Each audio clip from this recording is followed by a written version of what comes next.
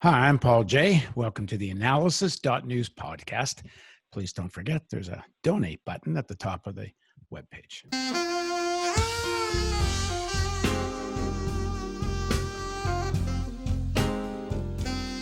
Across the country, in numbers not seen before, progressive candidates are running for office in this election. Many have never run for office before, and many are women. And one of them is Cathy Kunkel. She's the Democratic nominee for Congress in the 2nd District of West Virginia. That's a district that's been a Republican bastion for 20 years. As an energy policy expert, Cathy has testified before the West Virginia Public Service Commission and lobbied the legislature to defeat corporate bailouts for electric utilities, defend the state's rooftop solar laws, and strengthen energy efficiency programs. She's also co-founded Advocates for a Safer Water System, a community organization that fought for 3 years to win improvements to the safety of the drinking water after a chemical spill contaminated the water supply for Charleston area in 2014. Cathy's running for Congress as part of West Virginia Can't Wait, a coalition of dozens of West Virginia candidates who have pledged not to take corporate money in their campaigns. And she moved to West Virginia around 10 years ago, if I have it correctly, and to do just this, to organize on environmental issues. And here she is now running for Congress. And not only that, here she is on our podcast. Thanks for joining us, Cathy. Thanks for having me. It's great to be here, Paul. So let me ask you the obvious question to start with, and then we can get into some of the issues. But why the heck are you running in a district that has been a Republican stronghold for at least 20 years? In fact, if I understand it correctly, no Democrat even wanted to run in this district. Like you just said, okay, I'll do it. And it was an uncontested primary, and I assume uncontested because no other Democrat thought they could win. And lo and behold, here comes the pandemic, and you actually could win this thing. It's a pretty crazy story. Like you said, I moved to West Virginia a decade ago. I certainly, when I moved here, had no intention of ever running for Congress here in the 2nd Congressional District or anywhere else, quite frankly.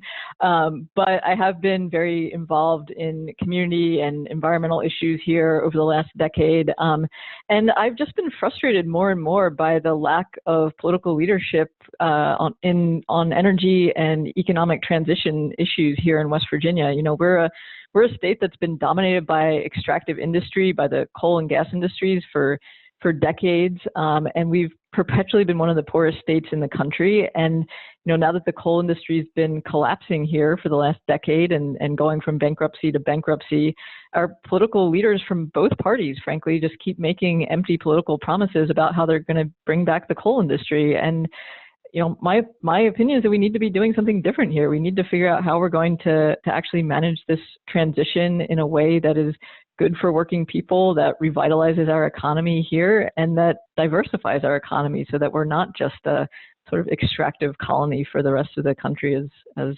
many have described West Virginia in the past. I decided to run in part out of frustration, in part because it did look like an open field. It didn't look like anyone else was going to run. And you mentioned in your introduction, West Virginia Can't Wait, this coalition of candidates that came together this year to run on a shared value of not taking corporate money in our campaigns. And that was very exciting to me and something that I wanted to be part of. And so I jumped in the race. And, at the beginning, we didn't know any of this. We didn't know for sure that there wouldn't be a primary opponent. We certainly didn't have any expectation that there would be a global pandemic, but here we are. Now, if I have the name of the paper correctly, the Charleston Gazette, they announced their endorsement just a little while ago. And in District 1 and District 3, they endorsed Republicans. And this is a state that's just been dominated by coal, which has to influence the way the newspaper thinks. And that said, they didn't endorse you, but they didn't endorse your Republican opponent either, which is kind of like as close to an endorsement of you as I think it could get. What's going on there? Well, it's interesting. My opponent is certainly the weakest of the three Republican incumbent congressmen or congresspeople that we have here in West Virginia. And he himself actually was a state senator in Maryland who lost his state Senate seat and just moved right across the river into eastern West Virginia to run for and win this congressional seat when it was an open seat in 2014. So he's not, and he has taken really no steps to kind of ingratiate himself into the Republican establishment in the state. He's a very absentee congressperson. He to the point where, mayors of large cities in West Virginia have told me that they have never met him. So he just has very little presence in the state. So it's not really surprising to me that conservative establishment doesn't really have any strong rush to try to defend him. But you are the Antichrist, excuse me. But this is coal. I know your district isn't all coal country. You've got a weird district. One end of your it's right very little of coal country, to be honest. But yeah, yes. I mean, your district is relatively well off and close to Virginia, and the one end of it, I guess, is near Ohio. But it's this isn't a district that would tend to want an environmental activist as their rep. But here you go. Well, it's interesting. I mean, the two biggest population centers in the district, one is Charleston, where we had this massive chemical spill 6 years ago that contaminated the drinking water. And, there's definitely heightened concerns about drinking water safety here in this area ever since that. And the other population center in the district, the sort of eastern panhandle part of West Virginia, Shepherdstown and Harper's Ferry, has been involved. There's been a big political fight there for the last couple of years over a factory that the state has tried to bring into that area, much against the wishes of the majority of the residents of that county. And so there's been a big political battle over that. It's kind of become a local environmental justice fight with concerns about potential drinking water contamination in that area too. So there might be more concern for these issues than people stereotypically think in West Virginia. Well, on the environmental issue and water issue, spill issue, but how much of your campaign is about climate change? Because that raises the issue of phasing out of coal. And as you said in the beginning, how do you transition? I mean, let me ask this. I mean, do people get that coal is going to go one way or the other? It's just a question of sooner or later, and there needs to be a real conversation about transition, or do people still think they can hang on to coal? Well, I mean, that's the conversation that we've been trying to have in this campaign. And, I do think that the conversation has been changing over the last decade. I mean, it was predicted a decade ago that the coal industry was going to be collapsing here in West Virginia, and that's exactly what we've seen. And, it has had very little to do with environmental policy. Quite honestly, it's had to do with cheap natural gas and renewable energy that's been, taking away market share from coal and power generation. And, every election season, we have political candidates who make empty promises about bringing back coal. Of course, Trump famously came in here in 2016 and said he was going to bring the mines back. He hasn't been able to do it either. And I think people are, obviously not everyone, but I think there is a growing recognition that this transition is happening and that we need to do something about it. I mean, it's not just enough to say that the coal industry is declining here. We have to talk about what are we going to do to bring in new jobs and to really repair and build the infrastructure that we need for a more diverse economy here, because we have broad sections of the district, broad sections of the state that don't have reliable internet. Safe drinking water is a concern in a lot of different parts of West Virginia. And there's billions of dollars of work to be done and thousands of jobs to be had in environmental reclamation, and putting some of these abandoned mine sites back to use and cleaning them up. So, those kinds of narratives and ideas, I think, are things that people can get behind. We all know that there's a lack of economic opportunity here, and that, if we keep on staying the course and promising the return of the coal industry, that's not going to happen. It's not going to get any better here. I want to talk more about that, but let's stick on some of the political stuff first. How did Trump do in your district in 2016? How's he doing now? And how much are you finding when you're out talking to people that even your race is kind of a referendum on Trump, or is it more locally focused? But start with a little background on how Trumpian was this district. So Trump won about 68% so that's a in lot. 2016. Yes. So, significant. And he's down by about 10 to 12 points in the polls. So, down around 57%. So, if that holds, that's a significant difference, obviously. And back in 2016, my opponent, Congressman Mooney, won with 58% of the vote, again, in a district that Trump won with 68%. So he tries his hardest to run on Trump's coattails. That's his kind of central campaign message, that he's pro-Trump. But there's only so much that he can do to compensate for the fact that he has really done nothing for the district here in the last 6 years, and is not around, doesn't have in-person town halls, doesn't debate, and is a very, as I said before, a very absentee congressperson. So I think if Trump's coattails are shorter this year, that's a real problem for him. And what are you hearing from people that voted for him? So obviously a bunch have decided, according to the polling at least, not to do it again. But from people that are planning to do it again, like your district, sometimes people that vote for Trump are depicted as sort of didn't go to university, sort of less educated, which actually isn't true. The majority of Trump voters are actually relatively well off and just don't like paying taxes, or they're religious. But a section of the working class and poor that never voted Republican before did get attracted to Trump.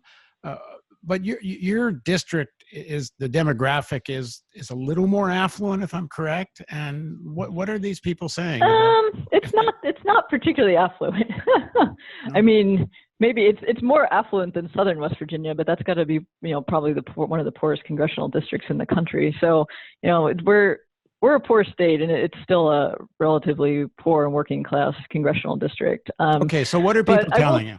Yeah, I mean, I do run across people who have voted for Trump in the past, and some of whom even plan to vote for Trump again, and are also voting for me. And a lot of the reason for that is really more to do with the failings of the current congressman than anything related to Trump. And we've really made an effort to focus this race on issues that matter to West Virginians, healthcare, infrastructure investment, public education funding, all these things that are really affecting working families in the district, and where, quite frankly, both political parties have not fought very hard for working families over the last couple of decades. I'm a supporter of Medicare for all, which is, not the mainstream even within the Democratic Party. So, I think that I've heard people say that they're voting for Trump, but they don't like my opponent because he doesn't do anything for them. So that, those are the kinds of voters that we're hoping that we can win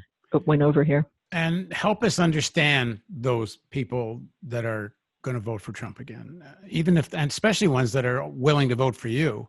I understand they've got a passive Republican there, but if you vote for Trump, in theory, you're buying into a lot of that ideology and the hatred of the left, the hatred of socialized medicine and socialism, and on and on.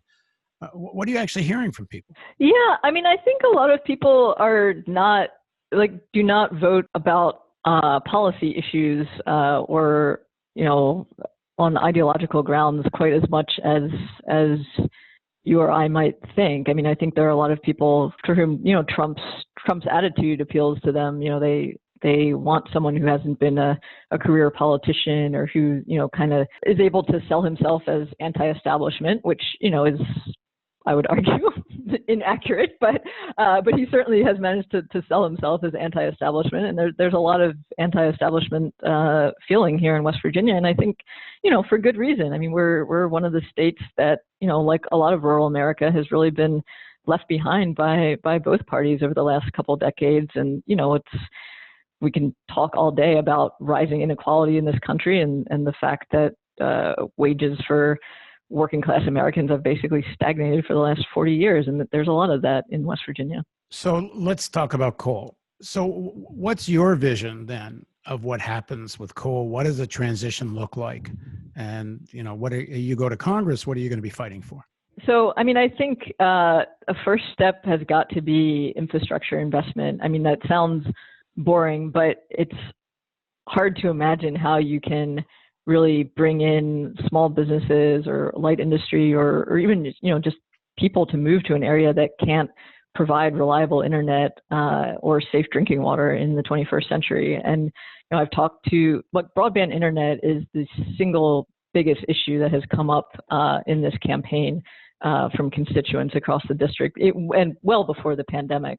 People, and I understand it. You have someone who moves back to the state, a young woman who wants to run her video production business where she grew up, and obviously that's very difficult if you don't have reliable internet. And that story is multiplied 100 times across the state. And so, I think federal infrastructure investment is key. Environmental reclamation is key.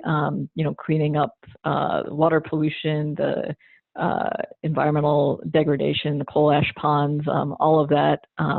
There's thousands of jobs to be had in that. And then, we can talk about how we can diversify and grow, other strengths that West Virginia has, but hasn't really leaned on very much, like tourism and agriculture, and just, being able to work from home in West Virginia and work remotely in DC. A lot of the district is quite close to Washington, DC, and that's a growing population. And I think perhaps as a result of this pandemic, we may have more interest in people living in places like West Virginia. Well, how has the pandemic affected West Virginia? How badly hit? And this issue of finding it difficult to work from home, how does that going to work for people? Yeah, no, it's a real challenge. And one of the big challenges, of course, has been with back to school this fall, which we weren't particularly prepared for.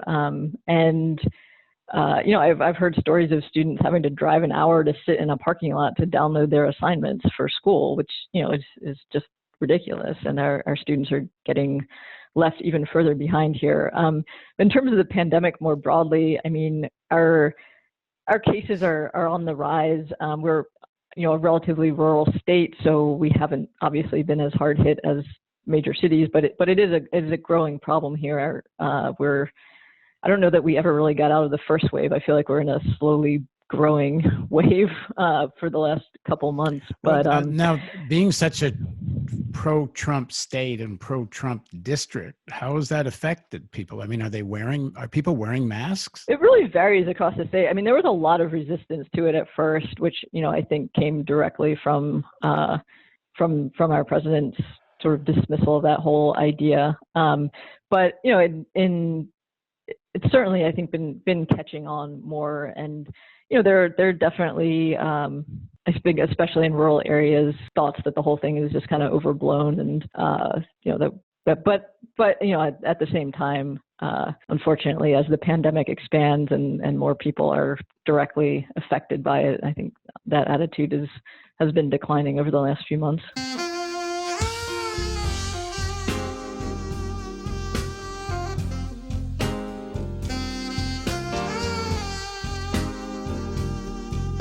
I hate to go back to Trump again, but it's hard to talk about COVID and not get back to Trump.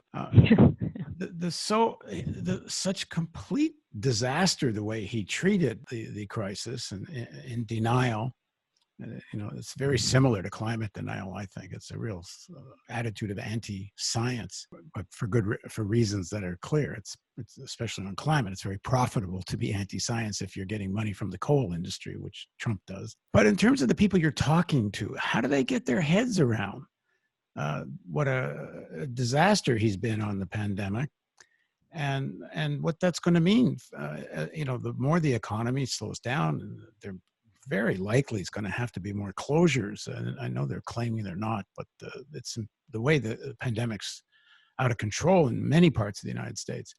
A lot of epidemiologists are saying there's going to have to be another major closure of the economy. Are people aware of all this? I mean, I think people certainly see how the pandemic has affected their families and their communities. And, the economic downturn has been pretty harsh here in West Virginia. I mean, we're a poor state to begin with. I've been volunteering at a food pantry for the last several months. And yeah, it's very clear that demand for basic necessities like food is certainly up during this pandemic. Our campaign continues to run into people who've had major problems with the unemployment system in West Virginia or struggling with eviction. So, the need for economic relief package is severe here.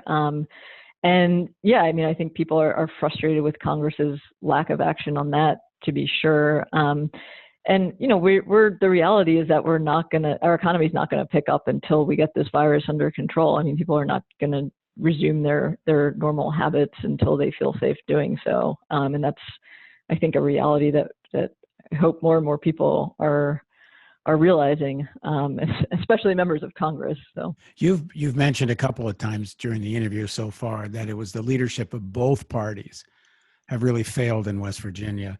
How is the leadership of the Democratic Party treating your candidacy? Are you on their radar? I guess the local party, obviously you are. Are you getting any money? Are you getting any help? Are you getting any opposition? I mean, we haven't gotten any opposition internally. The National Democratic Party has written off West Virginia, I think, not just me, but in general. I think they have priorities that are elsewhere, unfortunately, and have for a while. We've gotten some great support from local, like county level Democratic committees across the district. And, I think the state party is kind of more focusing on state level races like the governor's race and that kind of thing. So, it's kind of been I don't know. There's not a whole lot to say about it, honestly. So you're kind of off their radar because they figure you don't have any chance of winning. And now, like, maybe you do, but I guess they figure the House really isn't in play anyway, so they have other things to focus on. But it's going to, but you do win. It's going to be a fascinating tale of how that your relationship with the people of District 2. Talk a bit about some of the environmental issues you've been involved with. Start with this issue of defeat corporate bailouts for electric utilities and the whole what's happening with coal and such. Absolutely, yeah. So one of the things that I was involved in for several years, both of our major electric utilities in West Virginia, which are American Electric Power and First Energy, both were trying to get citizens of West Virginia, their ratepayers, to essentially bail out uncompetitive coal plants that were losing money in the competitive power markets, and that is a direct reflection of the downturn in the coal markets and the fact that more and more electric utilities are turning to natural gas and renewables and kind of driving coal out of the market. And so,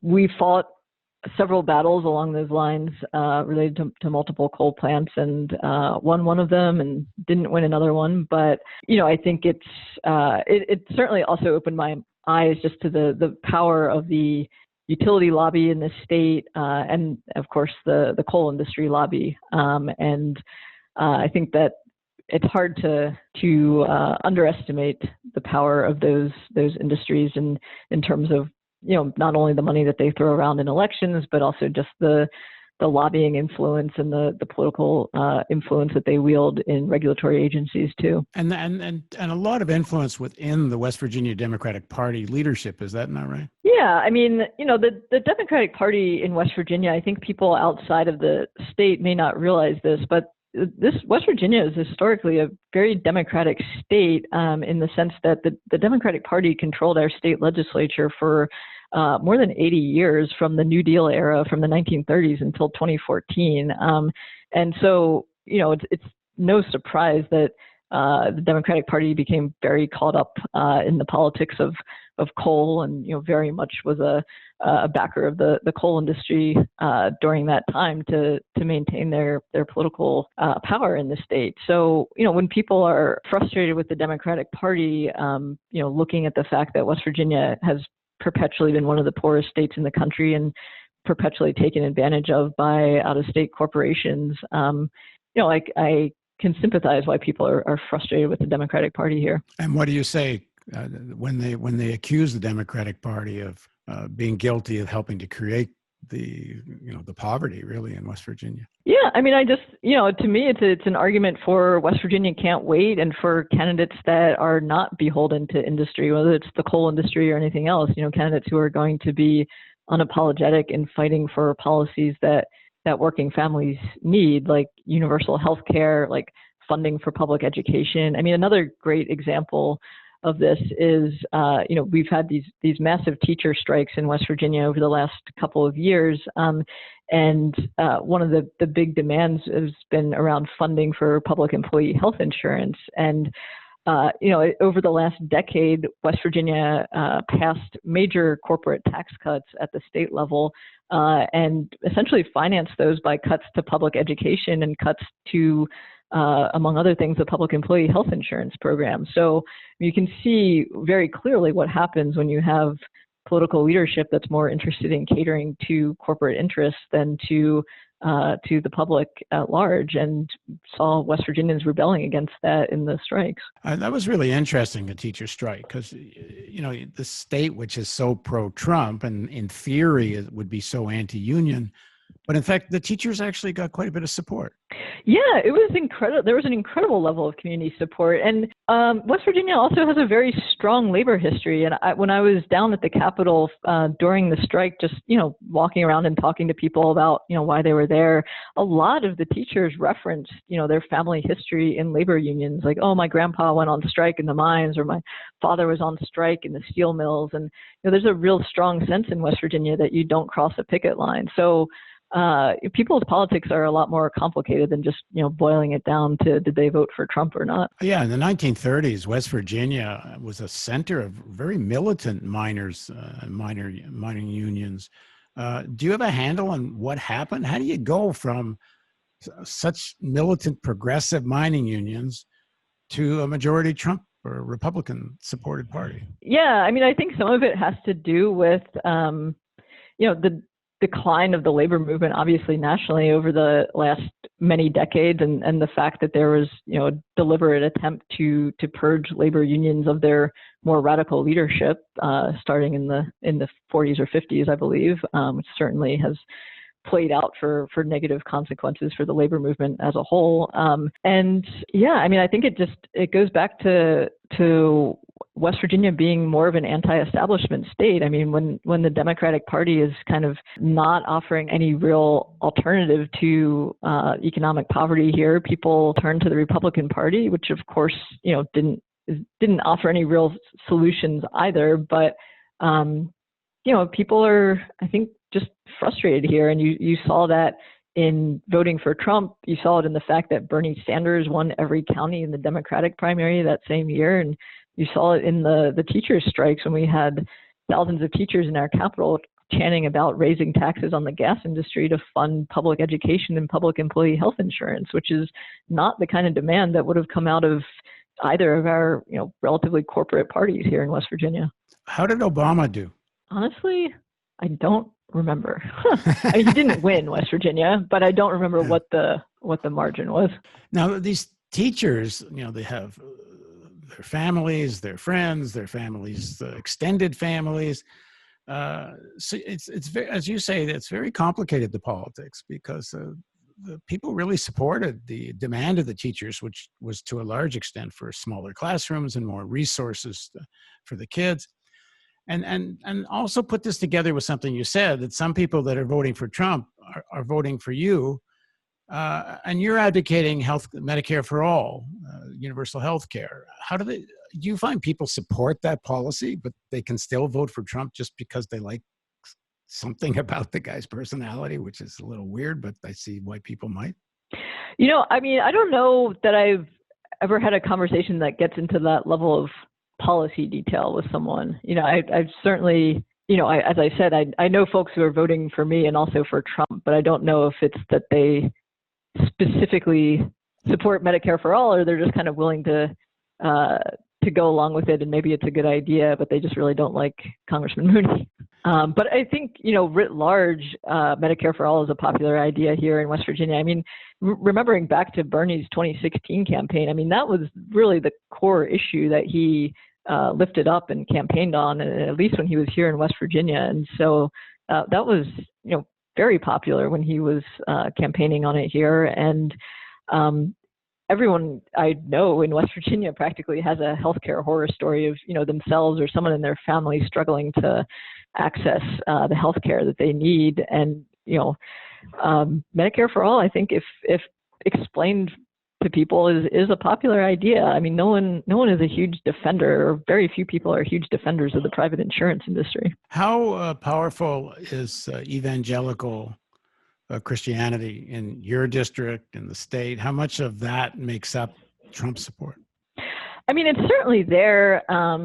It's West Virginia is not in the Bible Belt nearly to the extent of other states to our south, though. So, I think the issue of abortion, though, is certainly one that some people it's their deciding issue when they go to the polls and vote. But we had an anti-abortion referendum on the ballot here in West Virginia in 2018, and it really won by a much narrower margin than people thought. I think it was like 51-49 or something. So, it's a less of that than you might think.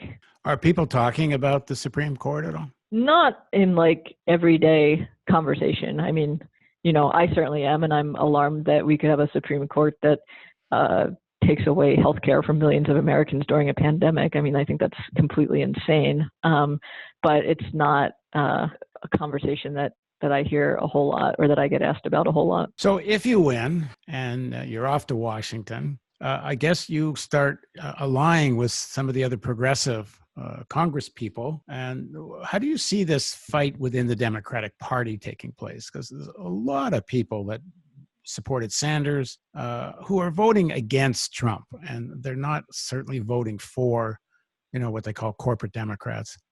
And people are saying that, the real battle is going to break out once Biden wins, assuming he wins, and once he's in office. This temporary truce between the left and progressive sections of the party will be over. How do you see that playing out? And if you're there, how do you see your role in it? Right. I mean, I think, there's a lot of hypotheticals in that, right? I mean, one is assuming that Biden wins. About 9 ifs. Hang it, 9 ifs. Yeah, right. So, it's a little hard to answer in that sense, but, I strongly think that we need to defeat Trump here in a couple of weeks. I mean, I think that, I don't think, probably don't need to say more on that, but, it'll depend on how many folks are elected who are coming out of the more sort of Bernie Sanders wing of the party, the folks who are not taking corporate contributions in their campaigns. And, we'll see how big of a caucus that becomes within the House. But, I think these ideas have real potency. I mean, there's growing social movements to fight for things like Medicare for all and action on climate change, and that's not going away. And it's unclear now what the balance of forces around that is going to look like in January. But certainly the folks who have brought those ideas forward are not going anywhere, and the ideas themselves, seem to be pretty popular in the general public. And so we'll see. But I mean, I'm certainly going to be fighting for the issues that have been in our platform since the beginning, which include Medicare for all and debt-free public education and action on the climate crisis.